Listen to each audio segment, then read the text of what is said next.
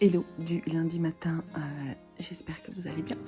Je dois avoir 10 minutes pour commencer ce vlog à peu près, puisque il faut que je parte en fait ce matin. Lundi dans Paris, pendant 2 jours, là je suis en déplacement dans Paris. Donc je me suis dit j'avais 5-10 minutes avant de partir et que j'allais vous montrer un petit peu ce que j'avais prévu de lire cette semaine. Alors, même si les plans sont jamais flatteurs en contre-plongée, hein, donc je suis en train de lire À marche forcée, je ne sais pas si vous voyez grand chose. À marche forcée de Slavomir Ravic, à pied du cercle polaire à l'Himalaya, 1941-1942. Donc en fait c'est un récit que l'on pense autobiographique, mais on ne sait pas quelle est la part de réalité ou non de cette histoire de Ravic, Slavomir Ravic. Et l'idée c'est que c'est un Polonais qui en 1938 est arrêté par les Russes, torturé et amené dans des camps de travaux forcés. Donc là en fait j'en suis même pas à 100 pages, les pages sont très denses, donc c'est un peu long à lire, mais voilà, c'est quand même intéressant. Donc là il est en chemin en fait vers la Sibérie, dans des conditions extrêmement difficiles. Et voilà, donc je viendrai vous en reparler. Donc ça c'est ma dernière lecture dans le cadre du Pumpkin Autumn Challenge et il va m'accompagner aujourd'hui et demain. J'aimerais bien réussir à le terminer, j'ai pas mal de transport. Et sinon, en livre, cette semaine, j'aimerais lire le livre qui m'a été envoyé par Ticody dans le cadre de ma vidéo, la vidéo que je veux faire. Donc j'aimerais pas vous en parler ici, mais j'aimerais bien le lire cette semaine. Dans le cadre aussi d'une autre vidéo, ça me donne plein d'idées, hein. Je lis les livres que mes enfants me recommandent. J'aimerais lire Podkin le Brave, la légende de Podkin le Brave, de Kieran Larwood, aux éditions Gallimard Jeunesse, conseillé par mon fils Joseph. Donc celui-là, il va se lire vite parce qu'il est vraiment... c'est pour enfants, quoi, donc c'est assez écrit gros, et voilà, mais bon, pourquoi pas, ça pourrait être sympa de le lire mercredi. Et sinon en BD, j'aimerais lire cette BD que j'ai pris à la bibliothèque, de Minetaro Mochizuki, Tokyo Kaido, et on est chez Le Lézard Noir pour la maison d'édition. Je sais pas du tout ce qu'il en est, il n'y a rien derrière. Et conseillé par mon fils Simon. J'ai jamais lu vraiment en entier Picobog, donc je vais m'atteler à le lire cette semaine. Et voilà, donc ça c'est plutôt sympa. J'ai aussi, je pense que je vais commencer aussi à partir de lundi, c'est même pas je pense, c'est sûr. À partir de lundi, je vais commencer à lire 24 contes de Noël, puisque c'est une sorte de calendrier de l'Avent, des contes, dans le cadre du Cold Winter Challenge. Et puis peut-être commencer également la ligne verte avec Alix. On voulait le faire en lecture commune et je vais aller le proposer sur le groupe Facebook si ça vous intéresse. Donc ce sera la lecture commune sur tout le mois de décembre.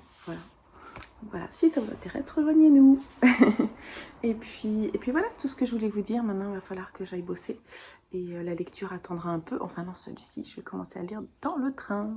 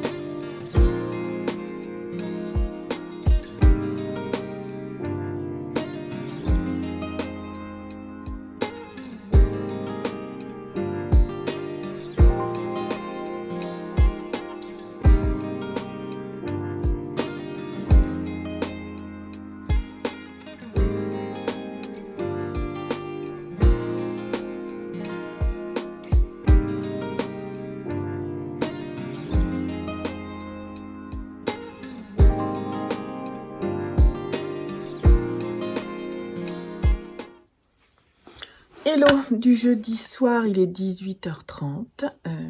Donc, je viens vous voir dans ce carnet de lecture pour vous parler un petit peu de ce que je souhaite lire. En fait, je vous ai dit dans le dernier carnet que j'avais envie de participer, en plus du Cold Winter Challenge, à 2 autres challenges. Et donc, il y a le challenge de la crypte qui est organisé par les lectures de la crypte, hein, si je dis pas de bêtises. Donc celui-ci, il se passe du 1er décembre au 31 janvier. Et moi, dans les menus, je me suis pas trop retrouvée, mais je me suis dit que j'allais aller piocher avec ce que j'avais envie de lire sur décembre. Et donc, je vais vous montrer en vous disant dans quelle catégorie. Parce qu'en fait, il y a 2 menus. Et donc, je suis allée piocher dedans. Parce que le premier menu qui était avec 4 lectures pour genre ceux qui veulent se frotter un peu à l'horreur, je me suis dit qu'il y avait des choses dedans qui me plaisaient pas trop. Et donc du coup, il y avait des choses qui me plaisaient plus dans le second menu. Bref, de toute façon, on s'en fiche. L'idée, c'est de lire quelques livres dans ce cadre de challenge. Donc je le fais un peu à ma sauce, quoi. Donc, déjà, il y a La ligne verte de Stephen King, que je vais lire sur décembre. D'ailleurs, je le commence la semaine prochaine. Donc ça, c'est une collection old school Librio, parce qu'on est aux 10 francs, vous voyez. 10 francs le livre. Donc elle est old school, mais elle n'est pas trop abîmée. Et je pense qu'elle était à ma sœur, si je dis pas de bêtises. Je sais plus. Ou alors je l'avais trouvée en brocante. Et le papier est un peu jauni, mais ça fait partie du charme. Ce qui est sympa, c'est que du coup, je vais le lire les 2 premiers sur la semaine prochaine. Puis voilà, 2 par 2 en fait, par semaine. Donc là, je le mets dans la catégorie adapté en film. Voilà, donc c'est le livre d'horreur qui a été adapté en film. Alors c'est plus... Je sais pas trop si on peut dire que c'est de l'horreur. Je vais vous lire la 4e de couverture. Octobre 1932, pénitencier d'État, Coal Mountain, Louisiane. À l'écart des autres, le bloc E, celui des condamnés à mort. L'antichambre de l'enfer, au bout du long corridor vert, la chaise électrique, Miss 100 000 volts au répugnant baiser. Voilà, donc vous avez peut-être vu le film. Moi, je l'ai vu il y a longtemps, je me souviens plus de l'histoire, donc ça tombe très bien. Moi, j'ai tendance à oublier les histoires, mais je pense qu'en le relisant, ça va revenir. Et du coup, celui-là, c'est sûr, je vais le lire en décembre, d'ailleurs. Donc ça, c'est plutôt cool. Ensuite, j'ai mis lire un graphique d'horreur. Alors là, j'ai mis Dragonhead, que j'ai mis aussi dans le Cold Winter Challenge. Mais comme vraiment, je pense qu'on est bien dans le genre horreur, je me suis dit que ce serait pas mal. Dans la catégorie aussi livre avec un psychopathe, j'ai mis la suite de Muséum. En fait, Muséum, je vous en parle un petit peu dans une vidéo, en fait, dans les livres que j'ai lus de la bibliothèque, et elle n'est pas encore sortie, je pense. Enfin, elle sera peut-être sortie au moment où cette vidéo sera sortie. Si c'est le cas, je vous mettrai le petit i. Et donc ça, c'est le tome 1, et je vais regarder à la bibliothèque quand je vais y aller, là, mi-décembre, pour voir s'il y a le tome 2. Et donc là, on est vraiment avec un serial killer, vraiment un psychopathe. Donc du coup, je pense qu'on est bien pour le sujet. Donc c'est un manga de Ryosuke Tomoe. Là, c'est aux éditions Pika Graphique, et ça, c'est le tome 1 que j'ai déjà lu et que j'ai adoré. Voilà. Sinon, dans la partie un roman fantastique, lire un roman fantastique, j'ai aussi de la bibliothèque L'Épouvanteur, que je compte le lire en décembre. C'est le tome 2. Donc on est vraiment dans le fantastique, un peu d'horreur, mais comme c'est jeunesse, c'est vraiment hyper light. Voilà, donc c'est cette saga super connue de Joseph Delaney aux éditions Bayard Jeunesse. Donc voilà, on est dans le soft, mais on est dans le fantastique, donc c'est plutôt sympa.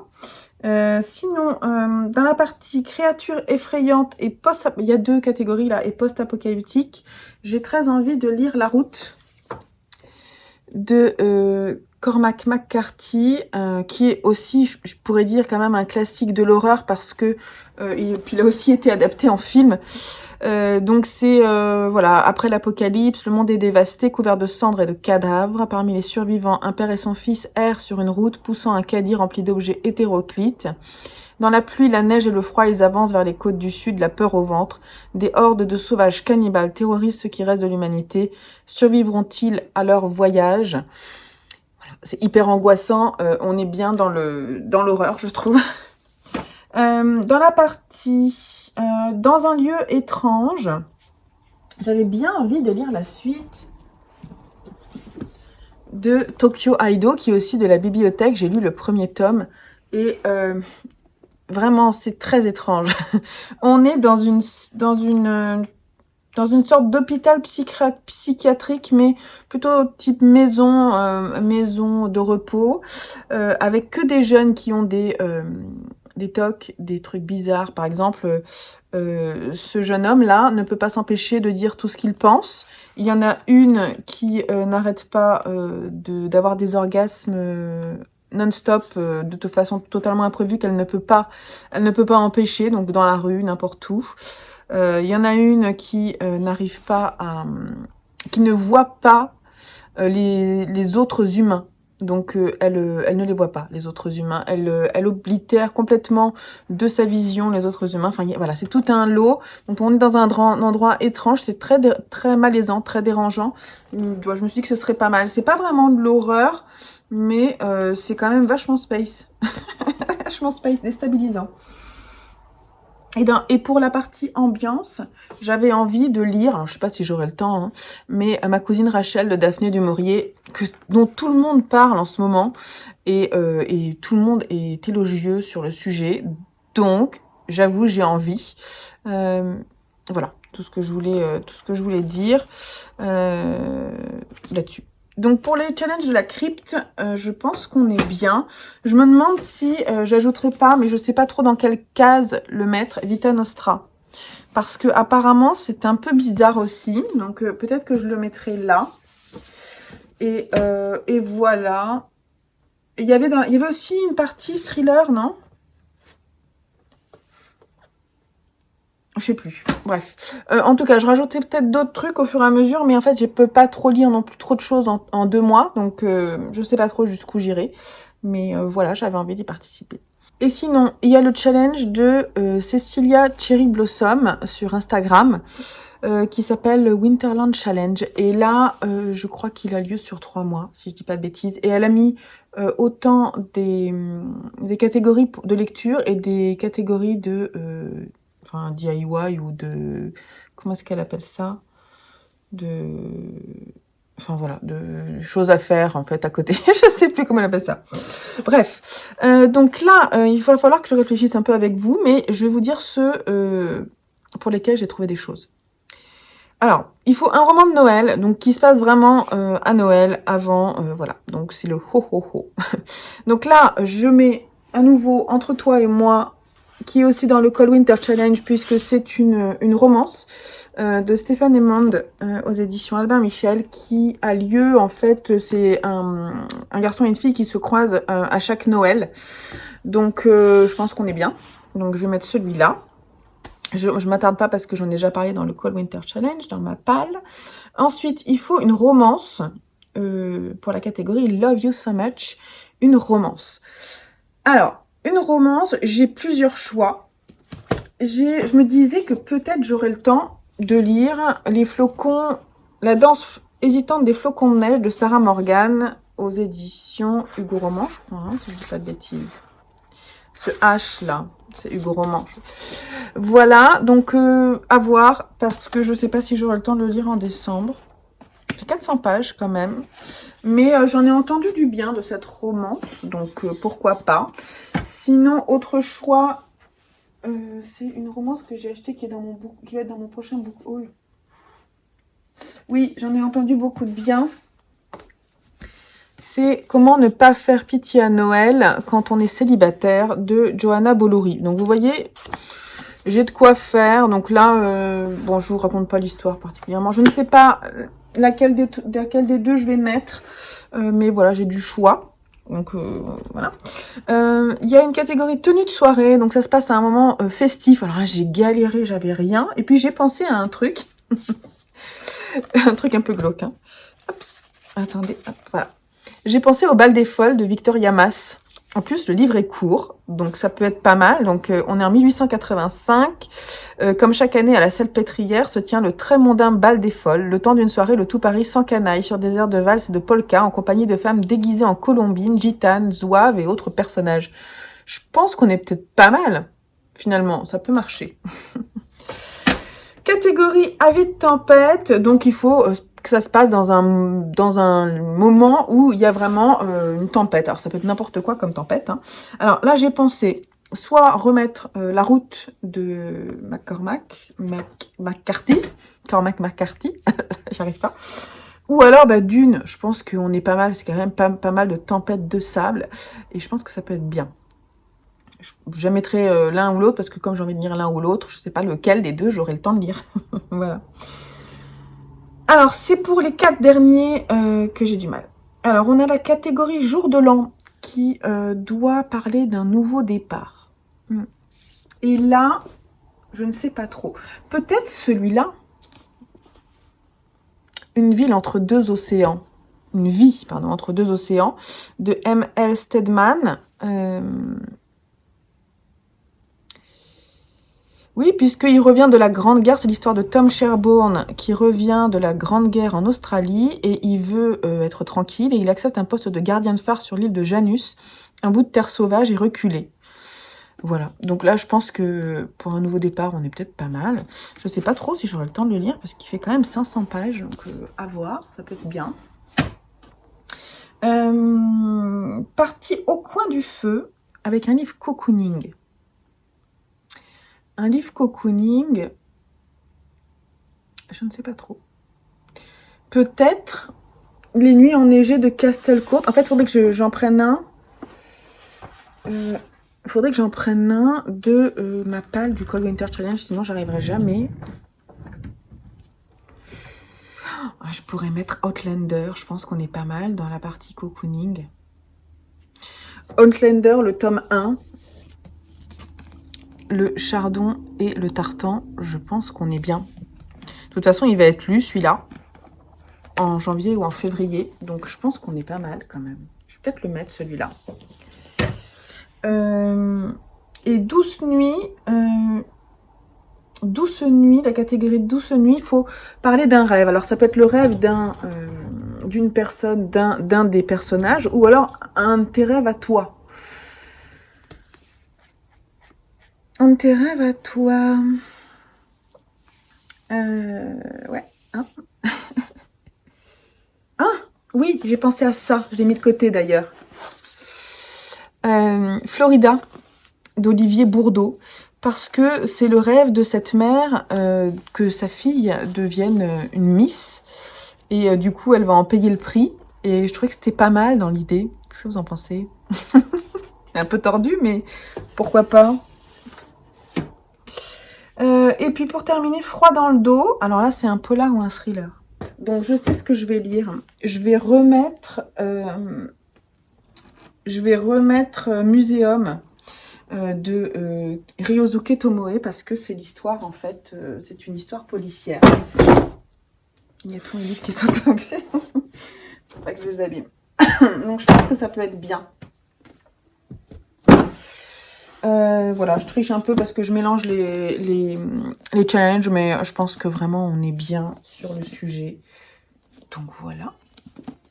Je pense que ce sera bien.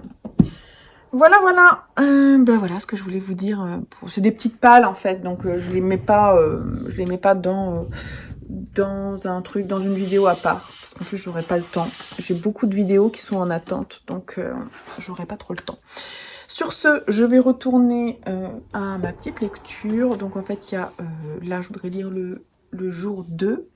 Et j'ai commencé Chien de guerre, mais là, je vous en parle pas dans cette vidéo-là, parce que c'est une vidéo à part. Donc pour le moment, je vous retrouverai pour ma lecture suivante. Et je vous laisse là.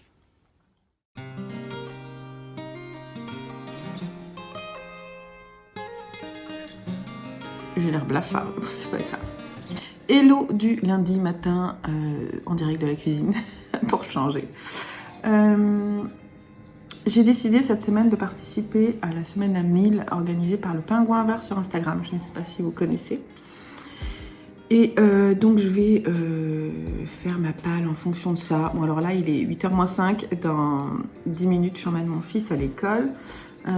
J'ai pas mal de boulot aussi, mais dans la matinée je pense que je vais me prendre un petit moment pour voir quel livre je vais mettre dans la palle et je viendrai vous voir à ce moment-là. J'ai commencé hier après-midi. J'ai fini un livre dont je viendrai vous parler dans une vidéo à part puisque c'était ma réception dans la box Le Petit Colis. Et donc j'ai décidé de faire une vidéo à part pour tous les tests de box que je vais faire. Donc là, comme j'ai fini, je vais pouvoir m'en acheter une prochaine. Alors pour les box, il faut que je regarde par contre si pour si dans mon challenge, vous savez, je fais un challenge, le challenge principal, mon compte de points, si c'est suffisant pour que je m'achète un livre. On va voir. Je pense qu'on est pas mal, je sais plus. Pour les 9, je crois que c'est 15 points. Je sais plus. Faut que je regarde.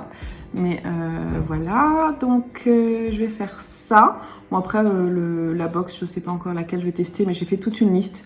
En tout cas, s'il y en a une box que vous voulez me conseiller, n'hésitez pas à me mettre en commentaire, mais on en reparlera dans une vidéo dédiée. Donc j'ai bien aimé le bouquin que j'ai lu dans la box.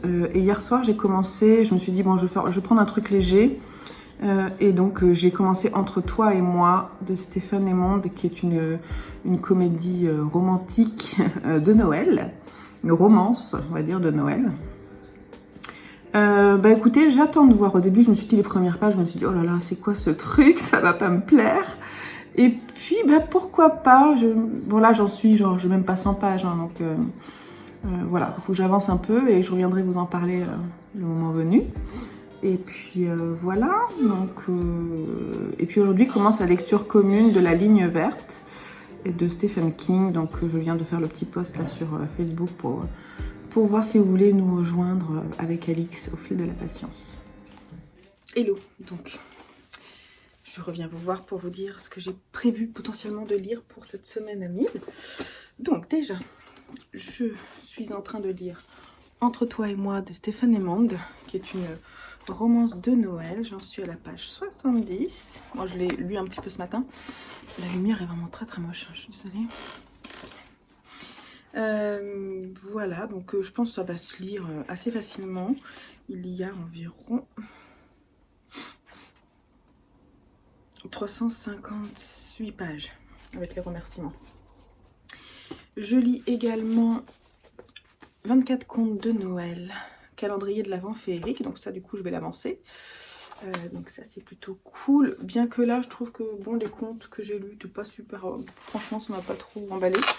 J'en gardais un meilleur souvenir l'année dernière, mais j'en avais pioché seulement quelques-uns. Là je m'oblige à les lire tous les jours, finalement bon, moyen. J'ai commencé la semaine dernière, mais en lisant juste quelques pages sur ma Kindle. J'ai commencé Minuit dans l'univers de Lily Brooks quelque chose, je me souviens plus. Et du coup là ce matin en emmenant mon fils, j'ai lu un peu la suite et c'est vachement bien. J'ai envie de savoir la suite, donc je pense que je vais l'avancer un peu. Donc en fait je pensais pas avoir tout ça en cours. J'ai aussi la lecture que je lis à mes enfants, les chroniques de Spiderwick qu'on devrait terminer cette semaine. On est sur le dernier livre en fait. C'est l'intégrale. Et voilà, il y a aussi le livre que j'écoute, L'Aviatrice de je ne sais plus qui. C'est pareil, je ne sais plus comment ça s'appelle. McClellan, je ne sais plus. Alors ensuite, si j'ai fini un des Entre toi et moi, voilà, je vais peut-être lire après le second tome de L'Épouvanteur de Joseph Delaney, qui est un exemplaire de la bibliothèque. Parce que le premier, je l'avais lu très facilement en un week-end, donc ça peut être sympa. Il y a la lecture commune de La Ligne verte de Stephen King. Normalement, je suis censée lire ces 2 livres cette semaine. Et puis, bon alors ça fait beaucoup, hein, d'accord. Mais en fait, ce que je veux, c'est pouvoir piocher dedans à l'envie. Je pensais peut-être rajouter celui-ci que j'ai prévu sur le mois de décembre, Un soir de décembre de Delphine de Vigan. Voilà, parce que je ne connais pas l'écriture de Delphine de Vigan et qu'il me tentait bien et qu'il est dans ma palle du Cold Winter Challenge. Voilà ce qui est prévu, donc j'avance un peu et je reviens vous voir. Je ne vous ai pas dit ce que j'allais lire en BD, mais en fait c'est en bas.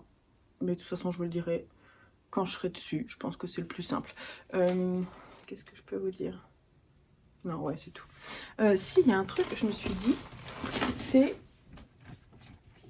que je ne suis pas venue vous dire ce que j'avais pensé de À marche forcée, je ne pense pas, de Slavomir Ravic, que j'ai lu dans le cadre du du Pumpkin Autumn Challenge, pour la partie en avant Yvette Tempête, pour la partie aventure et voyage. Je pense qu'on est vraiment bien dans le thème. Donc en fait, c'est un livre qui a été écrit par une personne qui a vécu l'expérience dont je vais vous parler. On ne sait pas si c'est une histoire vraie ou non, ou si c'est... En tout cas, c'est certainement très inspiré d'une histoire vraie, mais jusqu'à quel point, on ne le sait pas. Donc, c'est l'histoire de Ravic, Slavomir Ravic. Donc là, en fait, il est polonais et il a été... donc, il était dans la milice en fait polonaise et il était lieutenant même de la cavalerie à 24 ans. Et puis un jour il est rentré pour faire voilà, il avait une permission et il était en train de faire la fête avec sa famille et la police secrète russe est venue chez lui pour l'emmener de force. Pour quelle raison, ça reste assez obscur. Il est sous-entendu que voilà, bon bref, il l'avait repéré, il voulait lui mettre la main dessus. Et toutes les occasions étaient bonnes, de toute façon c'était genre une rafle, donc voilà. Donc ils l'ont emmené dans un goulag, les Russes l'ont emmené dans un goulag au cercle, voilà, dans un camp russe tout près du cercle polaire. Donc la première partie, on va dire, donc c'est un livre qui fait à peu près 300 pages, les 100 premières pages, c'est le voyage de ces hommes et ces femmes et ces enfants, enfin d'abord les hommes et puis ils croisent aussi les femmes et les enfants vers ce camp dans des conditions atroces, vraiment atroces. L'arrivée au camp, la façon de vivre, de survivre, les difficultés qu'il va avoir. Et puis ensuite, il va rencontrer la femme d'une des personnes qui a en charge le camp, en fait. Et il va parler avec elle en fait, ils vont discuter parce qu'il est là, il est assez bon en technique, donc genre il règle le poste de télévision ou le poste de radio pour eux. Et petit à petit, ils sympathisent en fait, et elle va l'aider à avancer dans ses idées d'évasion. Donc en fait, il arrive à parler de ça, on voit comment est-ce qu'il organise tout ça, et puis il arrive à s'évader en fait avec son aide. Et donc c'est le périple, je crois qu'ils sont 8 au départ, 6 ou 8 hommes, le périple de 6 ou 8 hommes du cercle polaire. Je vais vous montrer la carte parce que c'est assez impressionnant. Du cercle polaire, donc de la Sibérie, en passant par la Mongolie, près de la Chine, le Tibet, jusqu'en Inde. Son point, le point qu'il voudrait atteindre, c'est près de Calcutta, je crois. Non, il y a le nom d'une ville. Bref, je me souviens plus. Mais bon, voilà. Donc, tout le livre est l'histoire de ce périple. Il va y avoir, bien entendu, des grosses difficultés. Que ce soit des animaux, des hommes, les conditions météo atroces, parce qu'on est quand même dans le grand froid. Voilà, donc il va y avoir, il y a trop de marches aussi, il traverse ensuite un désert, donc c'est encore pire. Il traverse le désert de Gobi en Mongolie, ici, là c'est encore pire, parce qu'ils n'ont pas d'eau, donc c'est atroce. Certains y passeront. Et voilà, donc c'est vraiment un témoignage. En fait, il est dit, voilà, dès le début, moi j'ai lu la préface et il est dit que ce n'est pas de la littérature, c'est peut-être mieux que ça. Certains livres sont assez forts pour se passer des secours du style. Et oui, mais non. Oui, mais j'avoue que il m'a manqué quand même... il m'a manqué des choses, quoi. C'est-à-dire que le récit est tellement prenant, on a envie de vraiment savoir s'ils y arrivent. Bon, on sait qu'il y arrive puisque c'est lui qui raconte l'histoire. Mais dans quelles conditions, on veut savoir. Mais en même temps, ça tenait pas non plus en haleine, vous voyez, puisqu'on savait qu'il s'en était sorti. ce qui était assez intéressant, c'est les relations qu'il a avec les personnages, mais j'ai trouvé que justement, il n'y avait pas assez de description sur certains personnages qui étaient quand même franchement intéressants. En même temps, il explique bien que dans son périple, à la fin, ils avançaient tête baissée, ils ne se voyaient plus, quoi. Les hommes étaient barbus, ils étaient pleins de poux, ils étaient crado, et en fait, à la fin, quand ils arrivent, on va les raser, on va leur couper les cheveux, et là, ils vont se dire, ah ouais, tu ressembles à ça, en fait. J'avais pas compris que tu ressemblais à ça. Mais il y a des choses qui sont vraiment impressionnantes, en fait, dans son texte, parce qu'il est extrêmement réaliste, mais il m'a manqué le petit truc qui fait que, voilà, il fallait me tenir en haleine. Et la lecture a été parfois un peu laborieuse pour ma part, bien que le récit soit extrêmement intéressant. Et là, c'est l'horreur. Déjà, en plus, j'ai une petite mine parce que j'ai pas beaucoup dormi cette nuit, mais là, la lumière m'aide pas. Donc, j'ai un avis mitigé dessus, parce que j'ai trouvé que c'était pas forcément plaisant à lire. En plus, vous voyez, les pages, c'est écrit tout petit. J'ai trouvé que parfois, c'était un peu long, quoi. C'était un peu... allez, tu avances. Et surtout, au début, je savais qu'il allait s'évader, et ça durait longtemps avant qu'il arrive à s'évader. Et voilà, donc je trouvais ça un petit peu long. Après, les personnages étaient quand même bien dépeints, c'est-à-dire que c'est quand même bien écrit. Mais on sent que c'est quelqu'un qui écrit pas, quoi, au quotidien, en fait. Enfin, que c'est pas un écrivain, finalement, en soi. L'histoire est incroyable. Ça, si elle est vraie, elle est juste incroyable. Et puis, voilà. Mais c'est vrai que le style, ça se laisse lire, quoi. Il n'y a pas de... C'est pas mal écrit. C'est ça que je veux dire. Donc, vous pouvez quand même accrocher. Moi, mon père, il me l'a prêté parce qu'il a trouvé ça hallucinant aussi, le périple de ces hommes. Mais j'en parlerai avec lui. Mais... voilà, j'ai trouvé ça bien, mais en fait, on vit un peu l'expérience avec lui, on tire la langue, quoi. C'est un peu ça, quoi. Voilà. Voilà, c'était mon avis sur À marche forcée. Ouais, c'était un peu forcé. Donc, avec mes garçons, on fait des calendriers de l'Avent, et dedans, je leur ai mis des mangas. Alors, c'est pas des achats pour moi, mais je vais les lire quand même. Donc, ça compte pas hein, dans le challenge principal. On est d'accord, Floris? Je vais vous montrer. Surtout que c'est pas fini, il y en a d'autres des bouquins que je leur offre et que j'ai envie de lire. Donc, il y a le tome 2 des Enfants Loups. J'étais trop contente de le trouver parce que, je sais pas si vous me suivez, mais ça fait longtemps que j'en parle. Sur mon autre chaîne, j'en parlais déjà. On a le premier et j'avais très envie de trouver. En fait, c'est en 3 tomes et j'avais adoré le premier. Donc là, on a le 2 que j'ai offert à Lucien. Il était trop content. Et donc, je vais le lire prochainement parce que j'adore. Et j'ai aussi offert l'Atelier des sorciers, le numéro 9 à Joseph. Ça, c'était pour son anniversaire, en fait. Donc, je n'étais pas venue vous le montrer. Et du coup, je vais pouvoir le rajouter, quoi. C'est le dernier qui est sorti. J'ai aussi offert aux garçons des Astérix et Obélix, les derniers, là, qui sont sortis en 2021, je crois. 2020, 2021. Je me souviens plus desquels. Mais en tout cas, voilà. Bon, ben voilà, tout ce que je voulais vous dire. Je retourne à mes lectures. Hello du mercredi soir en direct de mon lit. J'espère que vous allez bien. Je suis pas venue vous voir depuis plusieurs jours parce que j'ai été vraiment malade, enrhumée, le nez qui coule. Je parlais du nez, c'est encore un peu le cas, mais ce soir ça va un peu mieux. J'ai 2 lectures. En fait, j'étais en train de me dire, mais qu'est-ce que je vais lire ce soir? En fait, sur ma Kindle, j'ai Minuit dans l'univers de Lily Brooks Dalton. Et franchement, c'est vachement bien. J'ai pas lu beaucoup, mais j'hésite vraiment à y retourner. Et sinon, j'ai Entre toi et moi de Stephen Hemmond, qui est une romance de Noël. Ouais. Oh, génial. Mais bon, ça va peut-être décoller, mais là, il se passe pas grand-chose, quoi, en fait. Hein. L'histoire de 2 personnes qui se retrouvent, 2 jeunes, en fait, depuis qu'ils sont tout petits. D'abord, ils ont été dans la même école, et puis elle est partie vivre, je sais plus où, en Géorgie, je sais plus. Et lui habite, je sais pas, ça se passe où, à Boston? Je ne sais pas. Aux États-Unis. Et elle revient du coup pour les fêtes chaque année, pour Noël. Et donc ils se croisent et puis ils sont très amis. Voire plus, hein, il y a quand même un truc un peu chelou. Lui, il dessine, en fait ils font une BD ils construisent une histoire en BD tous les deux depuis longtemps. Lui, il adore dessiner, pardon.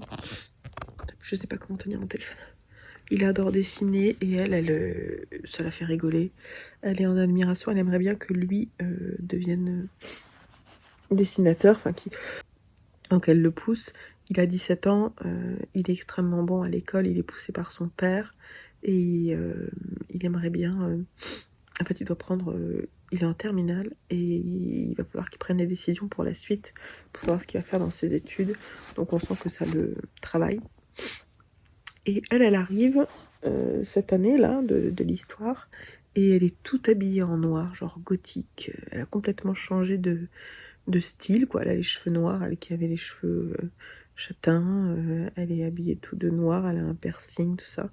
Donc il comprend pas et il essaie de savoir ce qui se passe et en fait elle a l'air de fuir son père, mais c'est tout. Et là j'en suis où J'en suis presque à la moitié. Il se passe pas grand chose. Je sais pas trop ce qui va se passer. Voilà. Donc c'est assez ennuyant, je trouve. Mais je vais la terminer quand même. Je vais peut-être essayer de l'avancer un peu là ce soir. J'aimerais bien la finir.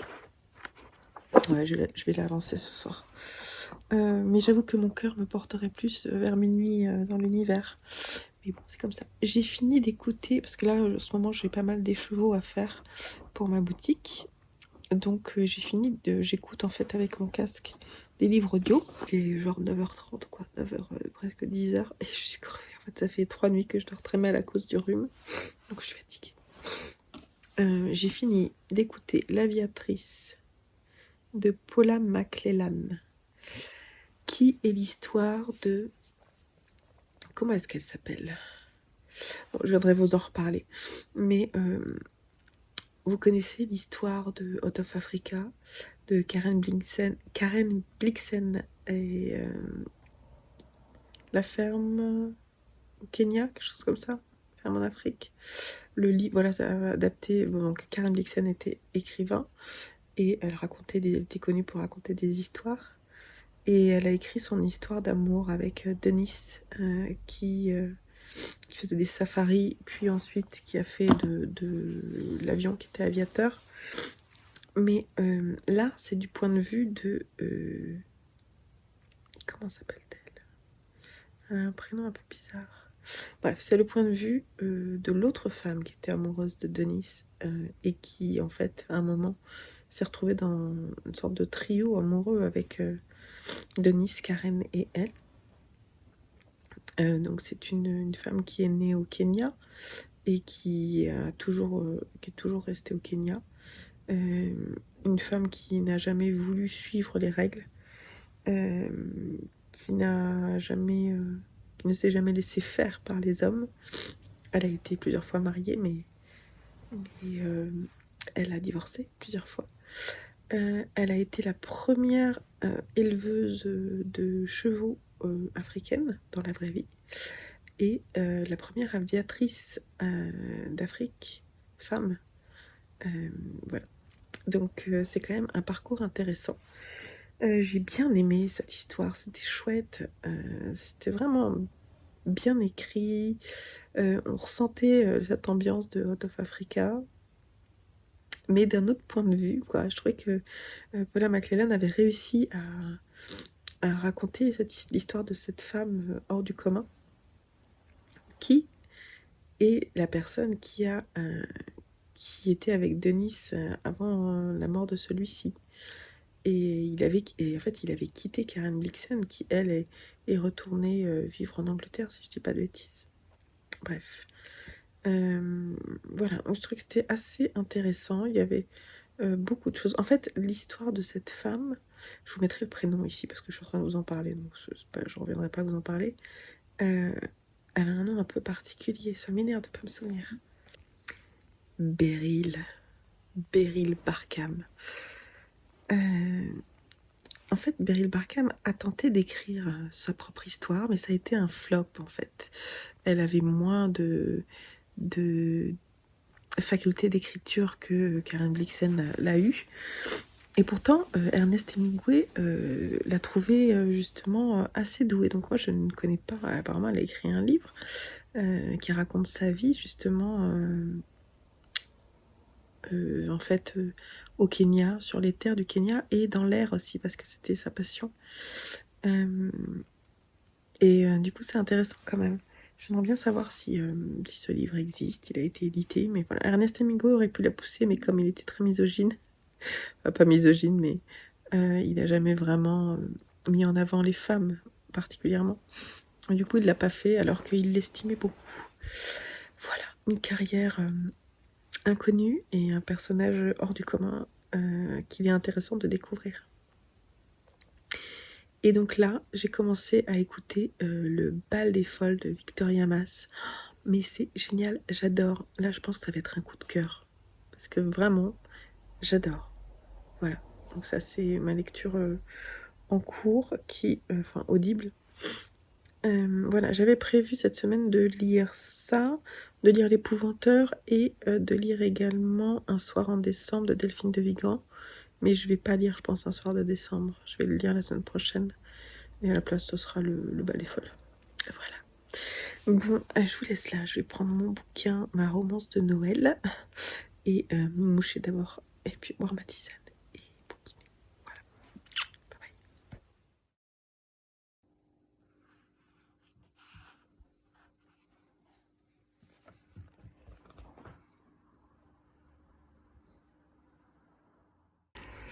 Ok, on est jeudi. Il est... Je sais pas. Quelle heure est-il ? 15h10.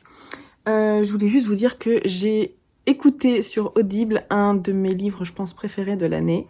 Et j'avais très envie de venir vous dire lequel. C'est Le Bal des Folles de Victoria Mass. Un vrai coup de cœur. Alors, surtout en plus raconté, c'était top. Ce qui est sûr, c'est que je vais me procurer le bouquin parce que je l'ai pas. J'ai adoré. J'ai adoré l'histoire, j'ai adoré...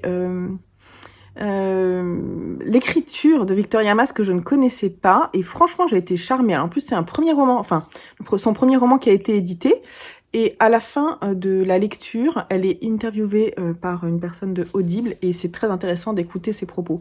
Donc en fait ça se passe en 1885 si je dis pas de bêtises et on suit en fait l'hôpital de la Pitié-Salpêtrière à Paris où des femmes sont enfermées pour troubles psychiques, mais il n'y a pas que ça, il y a aussi des femmes qui étaient hors normes ou qui ont trompé leur mari ou qui avaient un comportement qui ne plaisait pas à leur mari, qui étaient enfermées également. Et tout ça mélangé, voilà, donc on est immergé dans ce monde avec le personnage de Geneviève, si je dis pas de bêtises, qui est donc la personne qui est en charge de maintenir l'ordre, on va dire, dans cet hôpital psychiatrique. Et elle est en fait une sorte de gouvernante qui est chapeautée par Charcot, ce médecin psychiatre qui travaillait en fait sur la folie et les dérives psychiques à cette époque-là et qui était très avant-gardiste d'ailleurs, qui intéressait le tout Paris. Et chaque année, Charcot organisait à cette époque-là, parce que c'est inspiré de vraiment bien sûr de l'histoire de la Pitié-Salpêtrière, Charcot organisait ce qui était appelé le Bal des Folles, donc où le Paris à cette époque-là était invité pour rencontrer ces folles en fait qui attendaient toute l'année ce moment pour pouvoir aller à la rencontre des autres, danser, peut-être rencontrer l'amour. C'était en fait leur espoir en fait de pouvoir peut-être sortir de cet hôpital. Et on suit également une jeune femme qui est issue d'une famille bourgeoise qui s'appelle Louise. Et Louise en fait elle est avant-gardiste aussi. Elle ne supporte pas que la femme soit traitée de la façon dont elle est traitée, c'est-à-dire qu'elle ne doit pas penser, elle est destinée à épouser un homme et à s'en aller de la maison. Elle a une relation très difficile avec son père, qui ne la voit que comme un objet, et donc elle est sans cesse en train de le titiller, et voilà. Et alors Louise, elle a une sorte de don, en fait, qui est un don de spiritisme, où elle peut voir en fait les morts et leur parler. C'est un don qu'elle a toujours cachée, qu'elle s'est même cachée à elle-même. Mais en fait, dès la mort de son grand-père, quand elle était petite, ce don lui est arrivé, lui a sauté dessus, et elle voyait son grand-père mort, en fait. Et un jour, elle en peut plus, et elle va le dire à sa grand-mère, et malheureusement, sa grand-mère va le dire à son fils, et le père de Louise va la faire enfermer à la Pitié-Salpêtrière. Je vous en dis pas plus parce que bon, il y a quand même une intrigue. Les personnages de Louise et de Geneviève vont se rencontrer et en fait, ce que j'ai adoré la façon dont c'était écrit, la façon dont c'était rythmé. J'ai adoré le rythme de cette histoire. J'ai trouvé que les personnages étaient très charismatiques, très intéressants dans leur évolution, dans leur définition. Je suis désolée, j'ai une trace là, c'est parce que j'ai porté un masque pour faire de la teinture. Donc ce n'est pas mes sourcils qui se rejoignent. Pardon, c'est petite, rien à voir. Oui, j'ai adoré la façon dont c'était écrit. Et j'ai adoré la fin. Alors, faut savoir que je ne suis pas, je suis pas du tout quelqu'un qui pourrait avoir envie que les esprits existent. Au contraire, je suis quelqu'un d'assez cartésien. Je suis athée complètement, donc je ne crois pas du tout à toutes ces choses-là. Mais j'ai adhéré à l'histoire, j'ai adhéré à ce qu'elle pouvait nous raconter. En fait, je trouvais que c'était intéressant d'un point de vue historique parce que ça parle aussi justement de ces notions de spiritisme qui ont émergé à cette époque-là. Et elle est vraiment beaucoup renseignée, Victoria Mass, sur l'époque, et c'est très très très intéressant. Voilà, donc tout m'a passionné. L'histoire m'a passionné, les personnages, la recherche, voilà. Donc une belle découverte, vraiment un grand coup de cœur que je vous invite à lire. Et voilà, moi je l'ai lu. Alors je pense que il doit être court le bouquin parce que ça doit être 5 ou 6 heures d'écoute sur Audible. Alors moi je le lis en 1,3 fois. Voilà, donc c'est à peu près 6 heures. Et quand on fait de la teinture et des écheveaux au fil, comme ça, bah du coup, ça s'écoute très bien. Et j'étais happée par cette histoire. Et ça faisait longtemps que sur Audible, j'étais pas happée comme ça. Souvent, je laisse traîner les bouquins. Et là, non, vraiment un vrai kiff. Donc maintenant, il faut que je vois ce que je vais écouter. Il faut que je trouve... Alors, j'ai ma liste de favoris sur Audible. N'hésitez pas à me dire en commentaire s'il y en a certains que vous me conseillez. Parce que je suis rarement en fait emballé à ce point, et donc en tout cas moi celui-là je vous le conseille en lecture audio, mais c'est clair que j'aimerais le relire en livre et j'ai envie d'avoir le bouquin, voire l'offrir parce que vraiment vraiment joli coup de cœur. Voilà.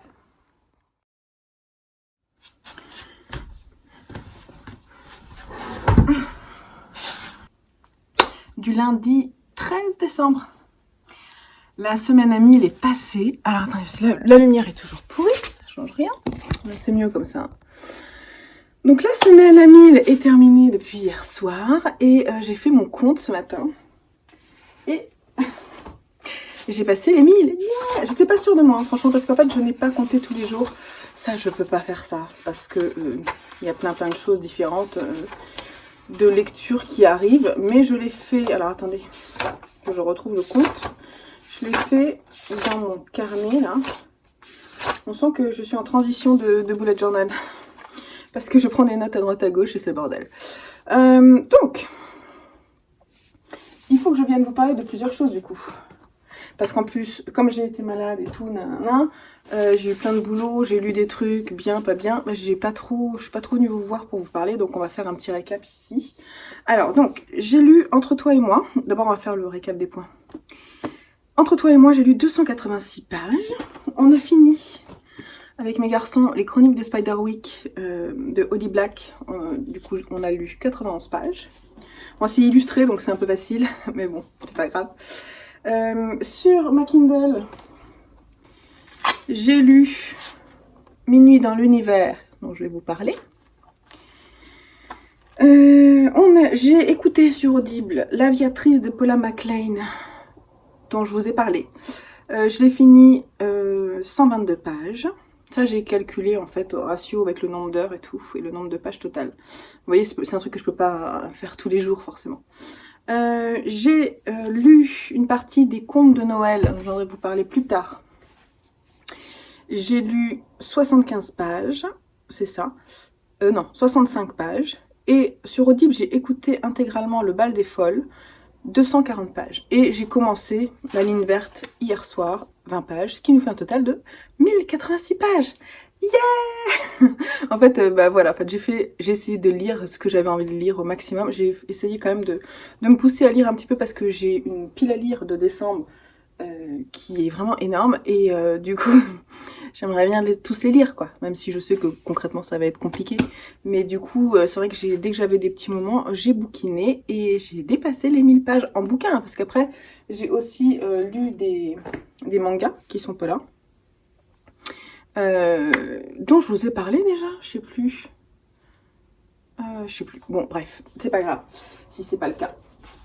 Donc, ça, c'est ce que j'ai commencé. J'en parlerai dans mon prochain carnet de lecture. C'est pas utile. Je vais vous parler. Est-ce que je vous en ai parlé? Entre toi et moi, je crois que j'ai pas vraiment envie d'en parler. Donc c'est pour ça que je suis pas sûre de vous en avoir parlé. Donc c'est une romance de Noël de Stephen Hammond, qui est certainement à destination, je dirais, jeunesse, voire young adulte.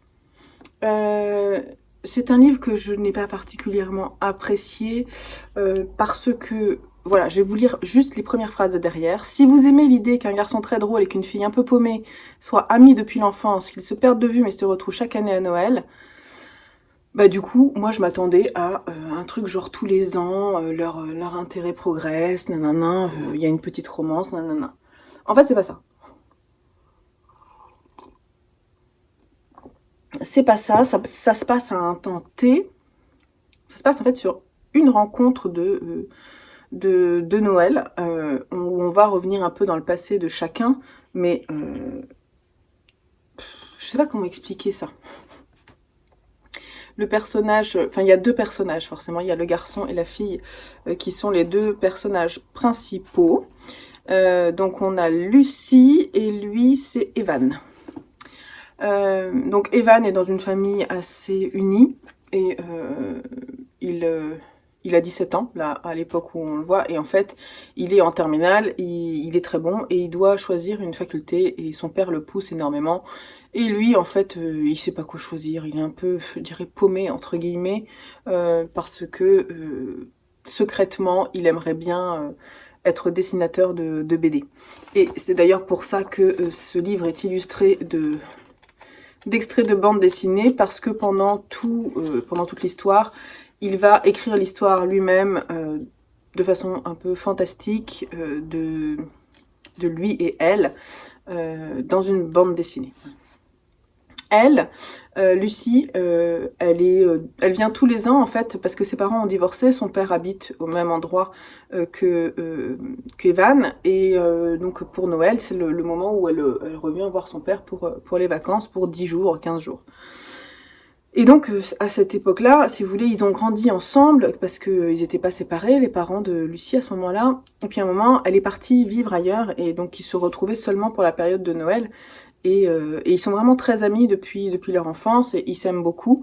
Et là, au moment où Lucie revient donc pour les vacances, elle est complètement changée physiquement, puisqu'elle était brune, là elle a les cheveux noirs, elle a des piercings, elle a un maquillage hyper dark, voilà. Elle est un peu stone, voire bourrée parfois. Et en fait, du coup, Evan, il comprend pas ce qui se passe, mais il veut pas la pousser, il veut pas l'embêter, parce qu'il pense qu'elle va lui parler, et elle parle pas. Et donc, ils essaient de discuter entre eux, puis on sent bien qu'ils se titillent quand même, qu'ils se cherchent, qu'il doit y avoir quand même un amour qui est caché depuis longtemps, et qu'en fait, qui doit se révéler. Et concrètement, il se révélera, vous en avez bien conscience. Donc en fait, pendant tout le livre, on va essayer de comprendre pourquoi Lucie est dans cet état, qu'est-ce qui s'est passé. Et franchement, on le sait qu'à la fin, on comprend pas. Le personnage de Lucie est assez insipide. Moi, je pensais qu'on allait faire des allers-retours sur leurs différentes rencontres. Pas du tout. Je m'attendais à ça. C'est assez plat. Les dessins, en plus de la bande dessinée, m'ont pas touché particulièrement. Je les ai pas tous compris. Il y avait certaines ambiances qui ouvraient les chapitres qui étaient pas mal, j'ai trouvé. Ça, c'était plutôt sympa. Mais, bon, J'ai trouvé que leur histoire était creuse, que leurs problèmes, qu'ils étaient, je sais pas. J'ai trouvé qu'elle était paumée, Lucie, mais pas pour forcément de bonnes raisons. Je sais pas, j'ai pas aimé son personnage. J'ai trouvé qu'elle était pas, elle avait pas la niaque, quoi. Et puis j'ai trouvé que je comprenais pas pourquoi ils étaient attirés l'un par l'autre, parce qu'ils ont pas l'air vraiment de s'entendre particulièrement. Cette histoire est passée complètement à côté de moi et j'ai pas forcément envie d'en parler plus que ça. Je suis allée jusqu'au bout parce que je me suis dit peut-être à la fin il va y avoir un truc sympa. Je trouvais ça, franchement, pourtant il y avait du potentiel. L'histoire au départ elle peut être sympa. Le fait d'illustrer l'histoire par une bande dessinée, pourquoi pas, mais bon, je trouvais que c'était un peu raté, quoi. Voilà. Bref, tout ce que j'ai à dire, je crois que j'ai pas plus de choses à dire que ça. Bref, voilà. Donc je vous conseille pas de le lire. Pour terminer. C'est comme ça, hein. Qu'est-ce que vous voulez que je vous dise? On peut pas tout aimer. Je suis venue vous parler du Val des Folles, hein, après l'avoir lu, parce que je vous ai dit que c'était un de mes livres chouchous de l'année 2021. Ouais, ça, je crois que j'en vous en ai déjà parlé. Alors, ça, j'en parle pas ici, je vais en parler dans une vidéo où je parle de bouquins enfants, mais ça va venir bientôt. Donc, on va finir ce carnet de lecture en vous parlant de ma dernière lecture. Donc, Minuit dans l'univers de Lily Brooks Dalton. Alors, apparemment, ça a été adapté sur Netflix en film, avec... c'est George Clooney. Donc, et ben figurez-vous, je suis allée vérifier du coup, et c'est lui qui a réalisé le film en plus. Donc, c'est clair que je vais le regarder, parce que, en fait, ça a failli être un coup de cœur, ce bouquin. Et, voilà, je vais vous parler de l'histoire. Donc, on a deux histoires parallèles. On a l'histoire de ce vieux personnage, Augustin, qui se fait surnommer OG. Augustin, qui est certainement joué par George Clooney dans le film, c'est en fait un scientifique hyper réputé qui est maintenant âgé, puisqu'il doit avoir plus de 70 ans, quelque chose comme ça, voire plus. Il est je dirais au nord du Canada, exilé dans tout en haut, là où il fait très très froid. En fait, il était avec une équipe pour pouvoir faire des recherches, tout ça. Et l'équipe en fait est partie et c'était un peu genre le dernier départ parce qu'on savait qu'il y avait une sorte de grosse guerre dans le monde et il fallait absolument partir parce qu'après il n'y aurait pas d'autres possibilités de partir. Et lui, Oji, il décide de rester et de finir sa vie là, seul. Et il y a un côté hyper... j'ai trouvé que c'était très très beau parce qu'il y a beaucoup de descriptions sur cette partie-là. Justement, on est vers Noël, il fait très très froid, c'est la neige, il fait extrêmement froid, et il y a beaucoup de descriptions de la nature, des animaux, c'est extrêmement beau, c'était très visuel. Cette partie-là m'a beaucoup plu. Et Oji, son équipe s'en va, le laisse là, malgré ils essaient de l'emmener avec eux, mais lui il décide vraiment de rester. Ils sont partis. Et là, il se tourne dans la pièce et dans le noir, dans le coin là-bas, il voit une petite fille, petite, on ne sait pas trop quel âge elle a, je crois pas que ce soit dit clairement, qui parle pas. On apprend petit à petit, elle va parler un petit peu en fait, on apprend qu'elle s'appelle Iris. Elle parle très peu, on ne sait pas pourquoi elle est là, si elle a été abandonnée ou... pourquoi est-ce qu'elle en fait elle est toute seule et comme lui quoi, donc ils se retrouvent tous les deux, c'est très très étrange et il l'emmène sous son bras et il essaie en fait petit à petit, lui qui voulait terminer sa vie ici, il va tenter de vouloir la protéger, voire essayer de la faire sortir de ce lieu complètement hostile pour la sauver. Donc il va y avoir des aventures, il va essayer de se déplacer pour aller dans un endroit où il y a potentiellement une radio pour pouvoir essayer de contacter du monde, parce que là où il est, en fait, il n'a aucun contact possible avec le reste du monde. On ne sait pas du tout ce qui s'est passé dans le monde. L'équipe est partie, c'est tout ce qu'on sait. On est dans un astronef qui s'appelle Laser, et on suit Sully et le reste de son équipage. Il y a une autre femme et plusieurs hommes, je dirais, qui sont peut-être 7, quelque chose comme ça. Et ils sont partis en mission pour aller découvrir l'univers, genre vers Jupiter, et ils sont en train de revenir vers la Terre, mais ils n'ont aucun contact radio, c'est pareil, radio, enfin voilà, ils n'arrivent pas du tout à avoir quelconque contact, et pas de nouvelles de la Terre. Ils ont bien conscience que normalement ils auraient dû en avoir, quand ça commence en fait, ils auraient dû déjà avoir un retour de la Terre disant il y a 2 semaines que ok, leur mission était terminée et qu'ils pouvaient rentrer. Et donc, sans avoir de nouvelles, ils décident quand même de rentrer. Alors, l'aéronef est un peu pris d'assaut par la mélancolie, l'inquiétude. On va rentrer, on va petit à petit comprendre le passé de chacun et suivre particulièrement Sully et son interaction avec son commandant, qui s'appelle comment Harper, ouais, Harper, je crois. Et l'autre femme s'appelle Devi aussi. Elle est complètement déprimée, elle pleure tout le temps. Ils vont avoir des problèmes techniques, ça va être la galère, mais ils sont en train de rentrer sur Terre. Voilà, les deux histoires, à un moment, vont se croiser. Pas forcément comme on s'y attend, mais on s'attend bien à ce qu'à un moment il y ait quand même une interaction entre cette personne qui est restée tout en haut dans l'Arctique, tout seul, ou accompagné de cette petite Iris, et ces personnes qui en fait ne savent pas comment ils vont rentrer sur Terre et ce qui s'est passé sur Terre. Alors, j'ai trouvé que c'était super, parce que j'ai adoré l'écriture, j'ai adoré, tous les personnages sont extrêmement bien décrits, leur histoire est forte, sans être particulièrement originale, on sent, les personnages sont vraiment bien décrits, ancrés, le personnage de Sully, j'adore, le personnage de Oji, je l'adore. Voilà, j'ai vraiment beaucoup aimé les descriptions, les personnages, le fait qu'on soit dans l'espace, ça m'a beaucoup plu.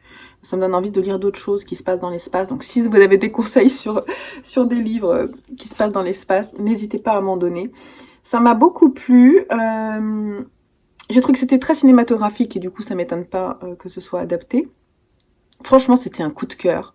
Et arriver à 200, vers 200 pages, en fait, quand on est sur la Kindle, on se rend pas compte, je l'ai lu sur la Kindle, on se rend pas compte vraiment où on est, surtout que j'ai pas affiché le pourcentage, je sais pas comment on fait. J'ai pas retrouvé le truc pour afficher le pourcentage, donc j'avais pas où j'en étais dans mon bouquin.